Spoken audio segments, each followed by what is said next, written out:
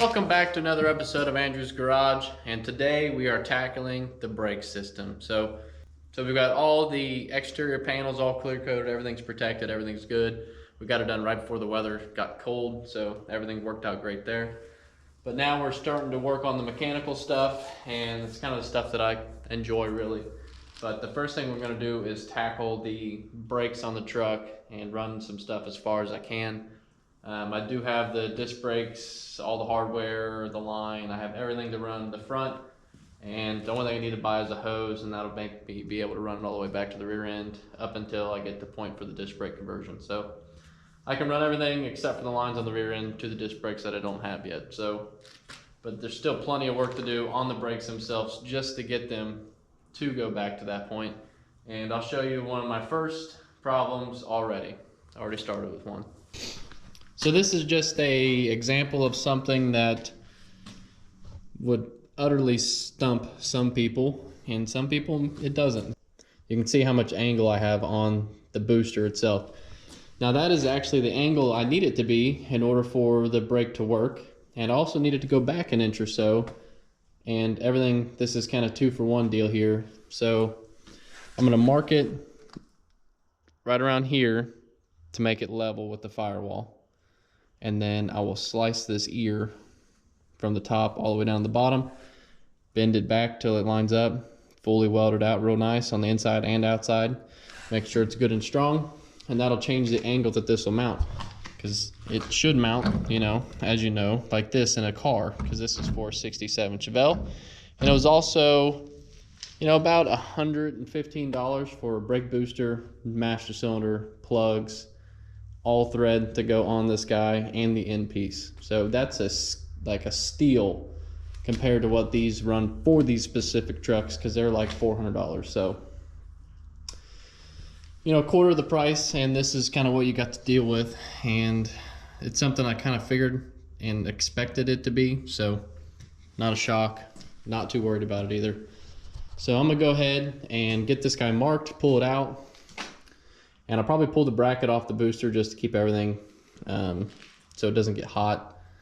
And I'll go ahead and weld it up and fix it, get it back mounted on there, and we'll see if we got enough parts and see if it's far enough back to hook it up to the brake pedal. I might have to order maybe something different, but it comes factory with this, which I think it'll work with my pedal.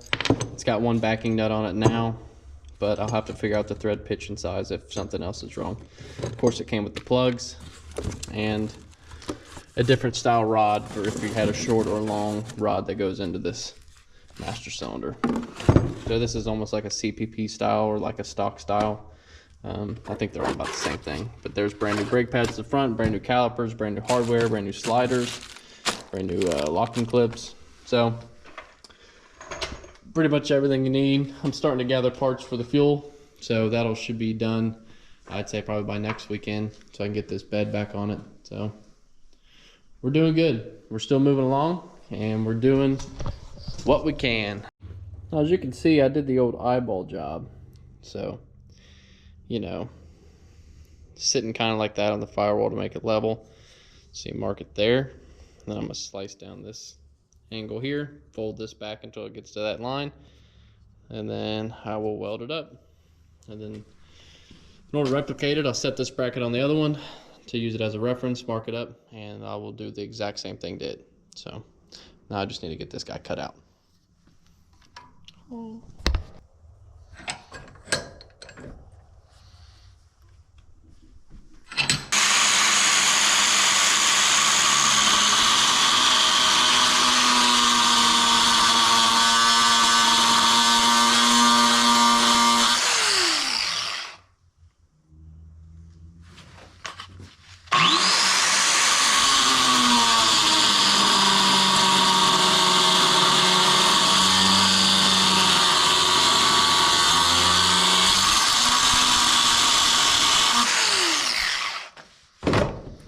All right, so got that cut back.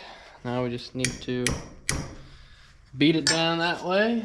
It shouldn't be too hard. Trusty Dusty.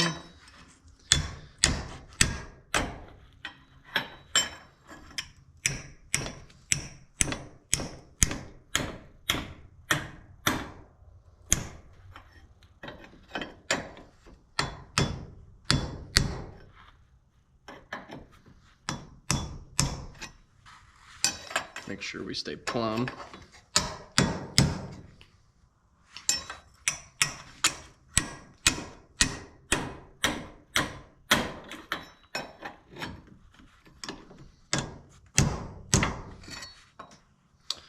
So there you go. So now that bracket is sliced. You can see our mark, so that's where we want it. And you can see how it's laid down. So now that'll give us something nice to weld to.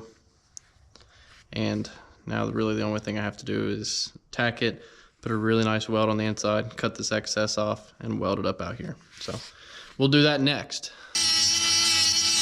Clean that junk off of it, and we'll go weld it up.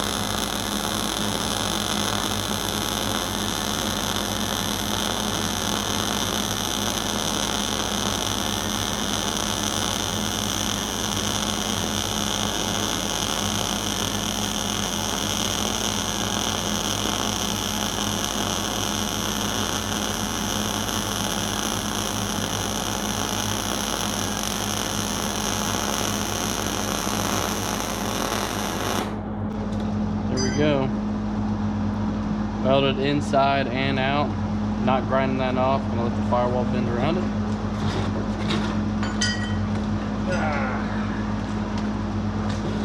Clean this guy up, get it ready.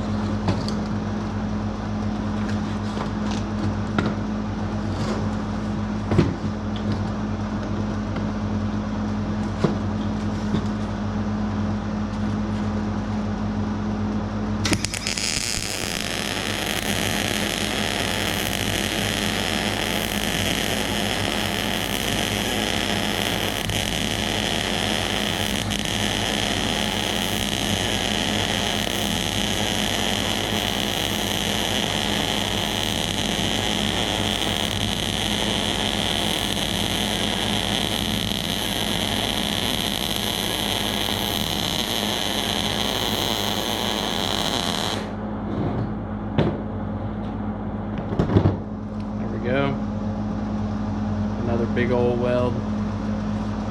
Now these aren't something I'm crazy proud of, but I know they will hold the brake system, and that is what is important. So let them cool off for a minute, and we'll hit them with a quick and then I may not even do that. I might just throw them on there because, you know,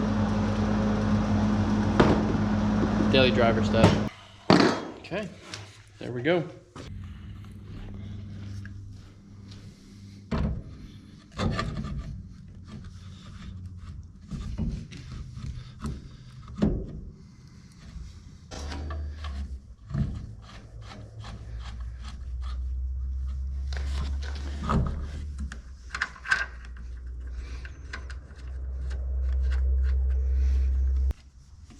So now that I've got that mounted, I know I need to drill 2 holes, but one thing I want to be sure is that whatever it is I might need to order in order to get it to hook up to my original brake pedal, need to do that. So that's what I'm gonna do now, is look in there and see what I can do.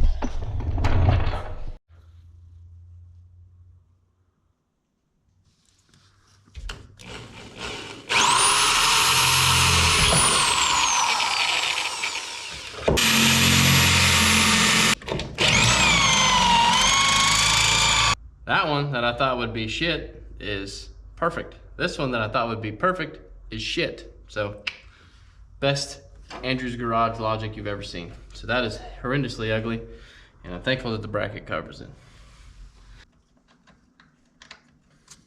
I'll get to install this gigantic thing on here, like so.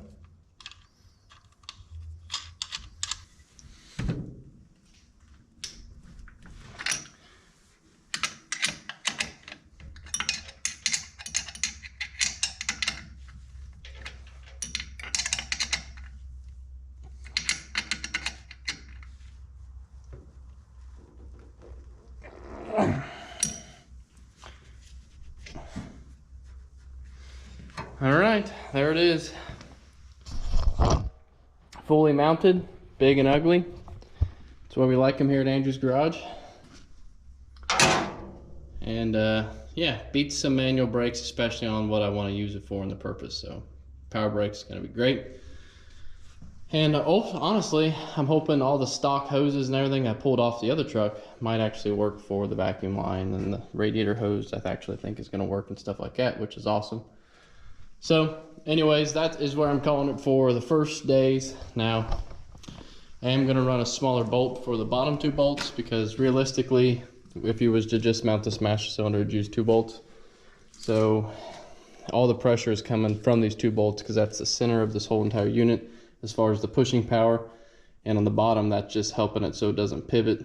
So the bottom bolts I'm going to use a little bit smaller to help me out with what I got going on, because there is a firewall cross brace that goes through there, and getting the angle just right with all them drills, which as you've seen how that went, it was awful. So I'm gonna use the next size smaller down bolt, because those are massive, and yeah, it'll all be perfect, and that'll all be done tomorrow. And then the coupling and nuts come in Saturday, so I'll be able to get this mounted on through the factory location, using probably the factory pin and everything. And then I'll just have to mark it and cut it. Then you'll get a coupling and a lock nut on each side and a lock nut here. And that'll take care of the pivot arm situation it'll just take care of everything. And now it has power brakes. So nice upgrade, easy installment, realistically for an average guy like me. And we'll pick up tomorrow and we'll keep on moving with this guy. All right, welcome back. It's a couple days later, and once again, we got that guy mounted, and I'm happy with it, but we ran into the issue immediately that the rod was going to be too short, which kind of thought it might have been. But a couple days later, Amazon comes through. So basically, I already had this 3/8 24 laying around from a Jeep I did, but I didn't have any of these nuts or the coupler laying around, so that's what I had to wait to come in. So I've already cut this kind of down to length. And the original guy here was 3/8 24, so it was fine thread also. But I'm using 3/8 coarse, which is completely fine. Hardened bolt, should be nice and strong. Of course, it's got locking nuts everywhere, and I got it set out to the max. So we'll see if that's going to be enough. I don't know. It might be too much yet. Because I didn't really give myself any adjustment, but it's all the way out. So we're about to put this in there and see where it's going to land. And hopefully it'll all work out, but I just got to spin this guy up on there and make sure it goes in that hole and check the movement of it, and I'll kind of show you what I'm doing as I'm going here.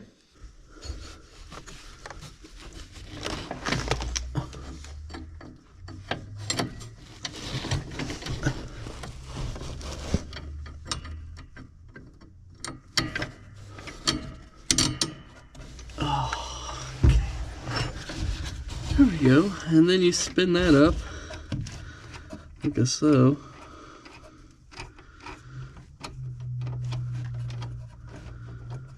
And then you get them two to start talking to each other here, like that.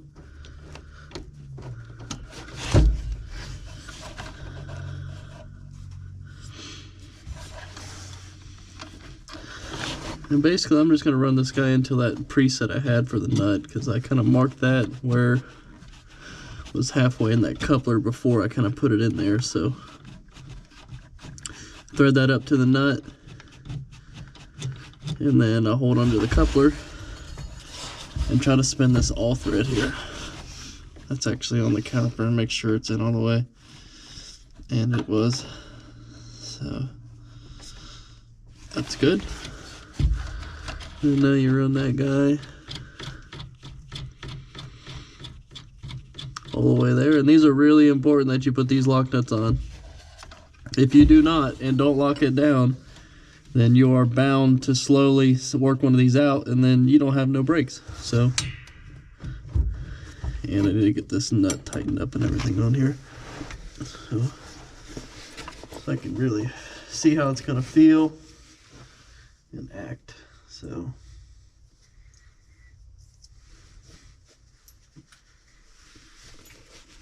and hopefully it doesn't hit that bracket because it looks really darn close.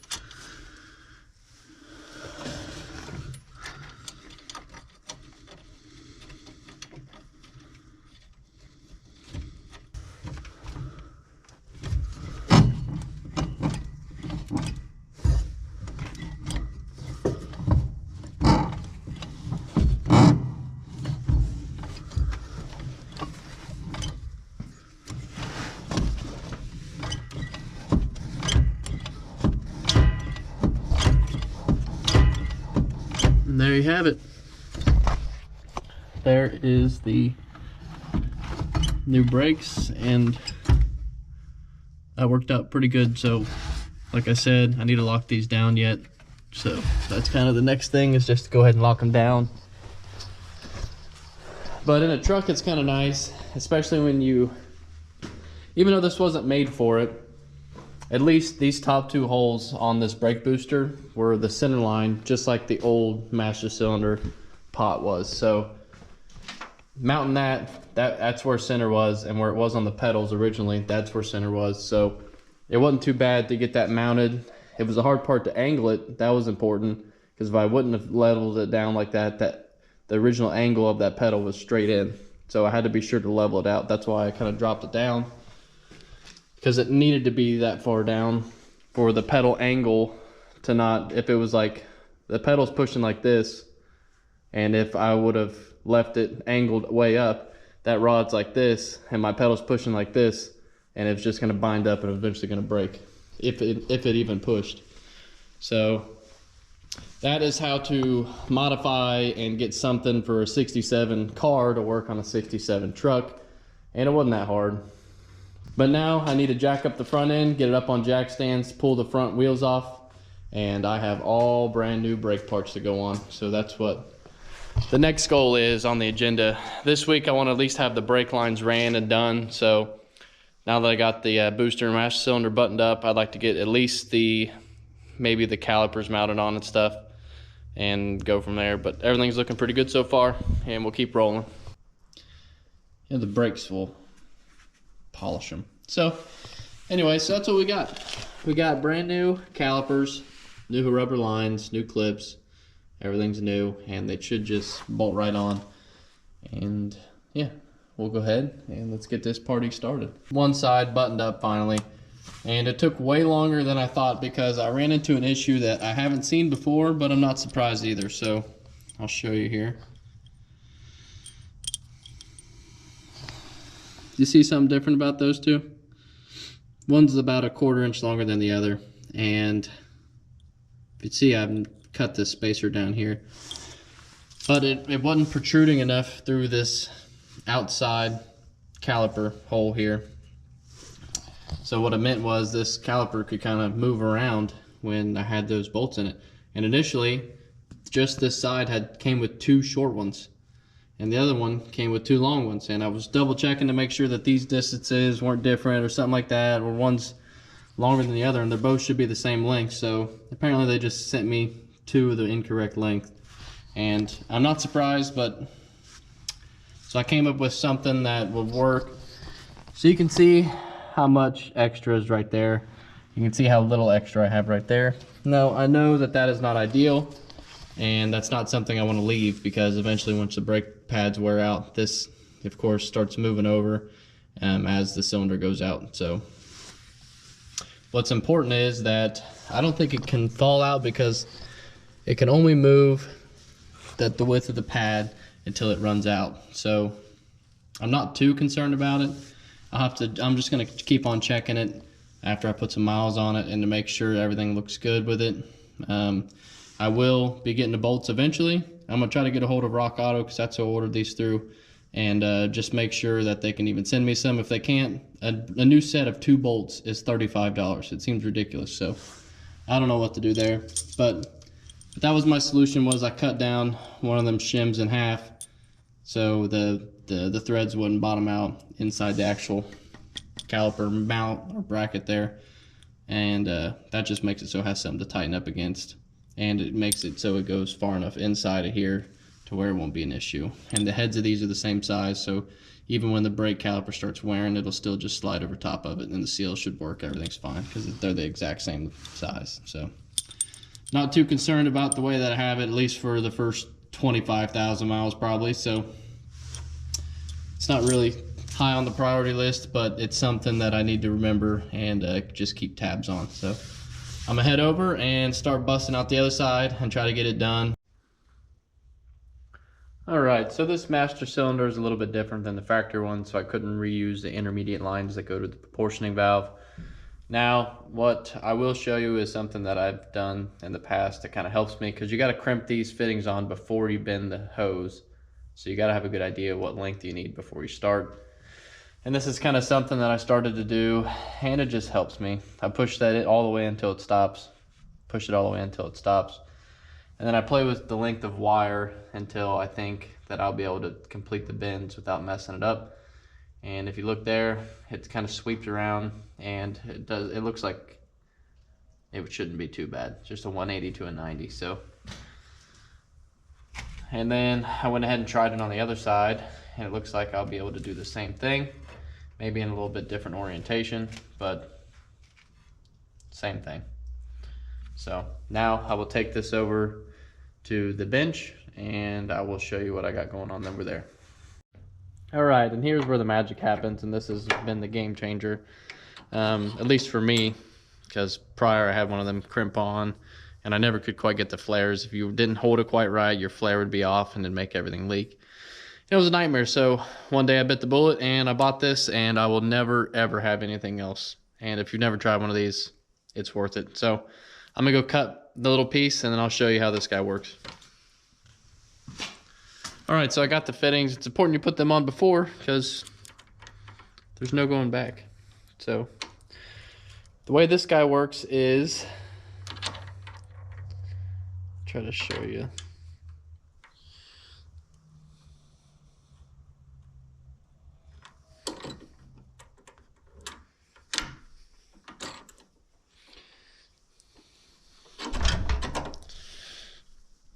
So that crimps the tubing and holds it, and this tubing, you want to make sure that this block is all the way back against the edge here, and that this tubing on the other side is flush with the front side of this block. It has to be perfectly flush. And then I go to my option 1, which is on 3/16, and it folds over the it folds it in the first one for the inside, and then it folds it over. So it's a double flare, as you call it. So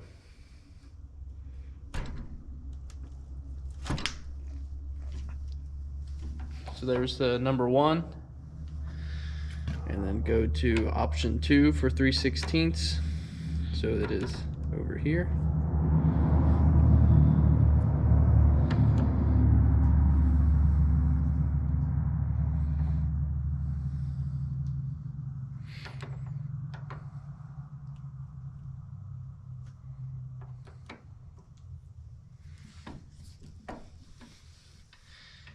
Of course that's hitting, so go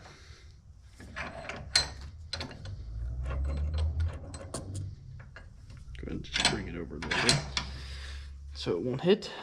Go to option 2, 3/16, self-centered. Now we'll take this guy out of here and see what he looks like.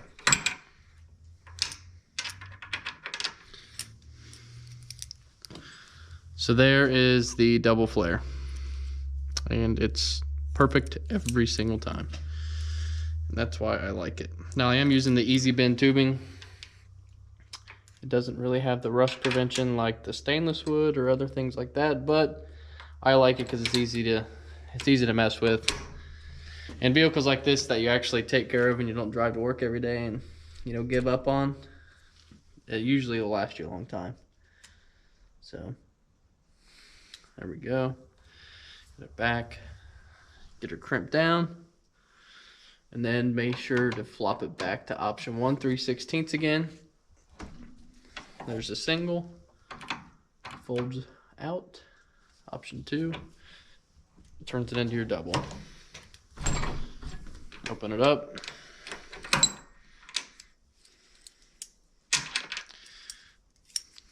And there you have it. Perfect flare every time. So I'm gonna go ahead and get the fittings out of the other side, and we'll start bending them. So I'm gonna start with the back one here, and let's see what we can make happen. Because I figured the back one's gonna be the hard one,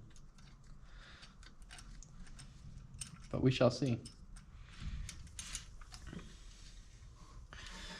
And you gotta remember to try not to bend against the fittings. So you kinda gotta hold back.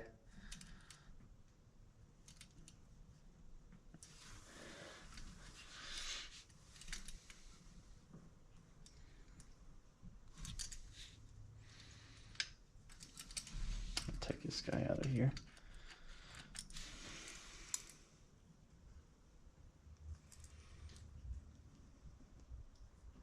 And you just keep putting it on and taking it back off till you get it. Now I'm getting kind of close here. So now I just need to kind of squeeze her down a little bit like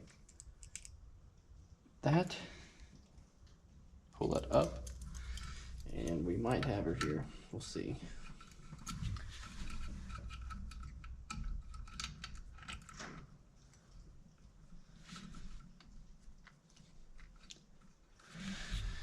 And there is some real-time geometry.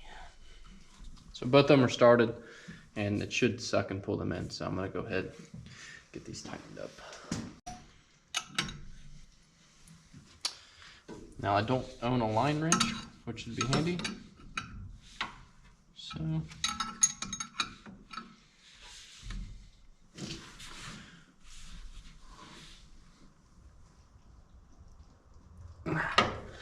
we're just doing what we can here.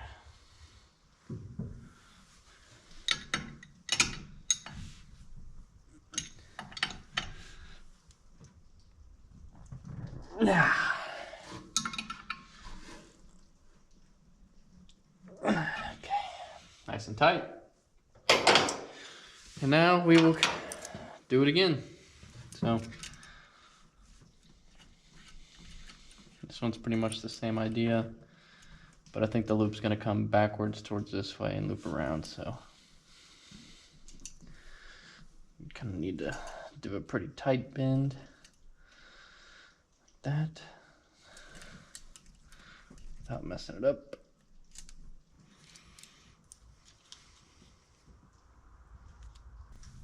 And there you have it. Not so bad, huh? Don't look too bad either. I mean, it's a little bit swoopy, but that's what you get.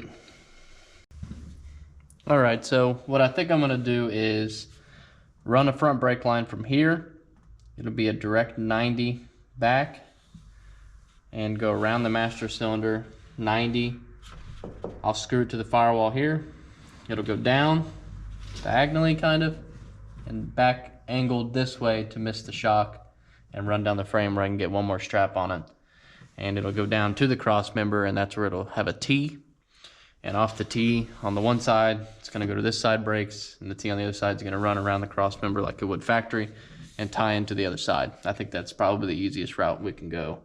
So now it's kind of the hard part is getting the roll out and kind of, just bend it the best you can without messing anything up and without making it look terrible. So on the lucky side, I did buy 2 rolls, so I might cut a piece and cut a little bit off of it because I know I'll have plenty to run to the rear brakes because I got plenty of tubing. So that's a plus. So basically I crudely mounted this bracket by welding it, and that is the T that you can see this side. It's gonna go right into that, and that one's gonna go across the cross member there. So that's what we're gonna work on next.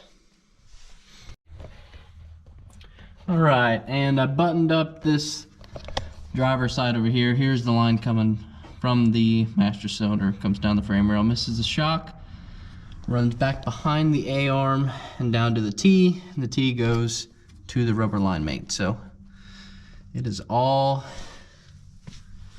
done to this side. 4 or 5 days later, I got the brake system all buttoned up. Front brakes are all done, and the rear brakes line is tied in. Ran back to the firewall and down the frame all the way to the back, and I'm using just some Harbor Freight clips with some self-tappers to hold it to the frame, and it runs all the way around where it was going to tie in originally on the back cross member there and go to the rear end. And I will be ordering another original line to do that, and of course it'll be split into a T to run to each side for the disc brakes. But that's what I'm calling today's video. The brakes are almost done until I get the disc brake conversion kit. But thanks for watching. Don't forget to tune in next week for another episode of Andrew's Garage.